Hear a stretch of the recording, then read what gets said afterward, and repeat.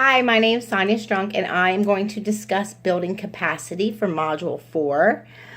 I will discuss the key considerations to build capacity for my target population, which is to prevent and educate high school students on the dangers of prescription medication.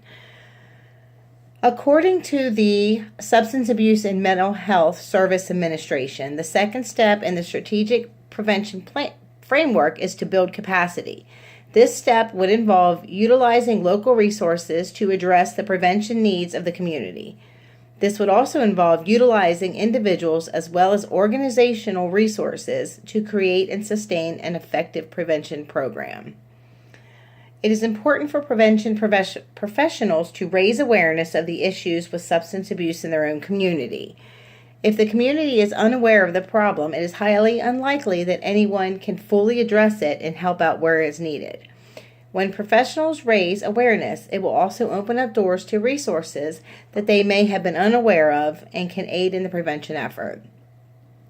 In Ohio, we began to work on a strategic plan where we contacted different treatment facilities, first responders, community leaders, individuals in recovery themselves, hospitals, homeless shelters, schools, church leaders, prevention professionals, the media, and anyone else who we thought could aid in the building of this plan.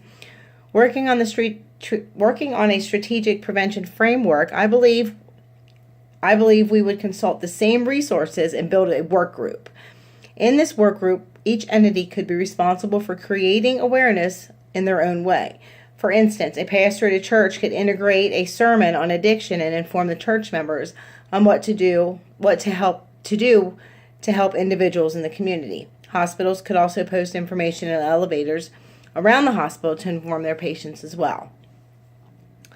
Other ways could be for the work group to create a Facebook, Instagram, or Twitter account and keep people informed on the happenings of the work group. Here in Ohio, the news medias have a special area on where to get help in the community, where volunteers are needed and what supplies could be used in what facilities. Another way would be to hold a town meeting. Invite everyone in the community. In this case, community members can give feedback and ask questions. Many times people do not want to help the addicted because they are afraid of them. They fear the addicts because they are uneducated on what addiction really is. For strengthening existing partnerships, it is important to strengthen existing partnerships. This can open doors that can tap resources that are already in place and can enhance the audience and create new ones that have not previously existed. One important thing that I found about strengthening partnerships with other resources in the community is it can save a lot of time and energy. Many times we have an idea on something that we think could be very beneficial in what we are trying to do, or what we are trying to do could have been attempted already by another organization. So we would be wasting time trying to recreate what has already been done. When we collaborate effectively, we can build on those ideas and make them better instead of recreating and recreating.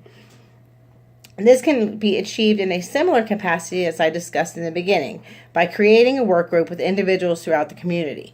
Work groups can meet on a weekly basis and discuss new ideas and progresses in the current issues that they are having. Improving organizational resources, or when we look at the SAMHSA website, it has a link to a building capacity and sustainable prevention innovations, a sustainable planning model, evaluation program, planning and prevention research center. It has a link to this in there. When I was looking at this link, it can aid in improving our organizational resources. In the link, it offers help in planning the logic model that can aid in organizational development to build and strengthen the program development itself. When we develop and prepare a prevention workforce, your program will only be as successful as the people who are running it. In order to have a flourishing program, the individuals who run the program should be experienced in what they're doing, licensed professionals. They should have the appropriate training. They should be culturally competent enough to work with a diverse population, and the ability to properly address the substance abuse issue at hand. This would mean as well gather the individuals to form the work group. We would not choose anyone who just has an opinion on substance abuse, because we know a lot of people have opinions on substance abuse.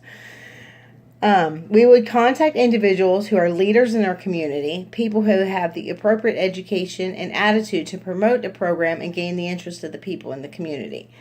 This would be the same group as I discussed in the beginning. It could also include physicians, addictionologists, psychologists, social workers, family therapists, and mental health counselors. So to wrap it up, when we build capacity for our strategic prevention framework, we are building an army of individuals that will spread the word, advocate, and be leaders in our community for the program we're trying to promote. We select professionals who believe in fighting the war on addiction and bring resources in our community to make it better for everyone in it. Thank you.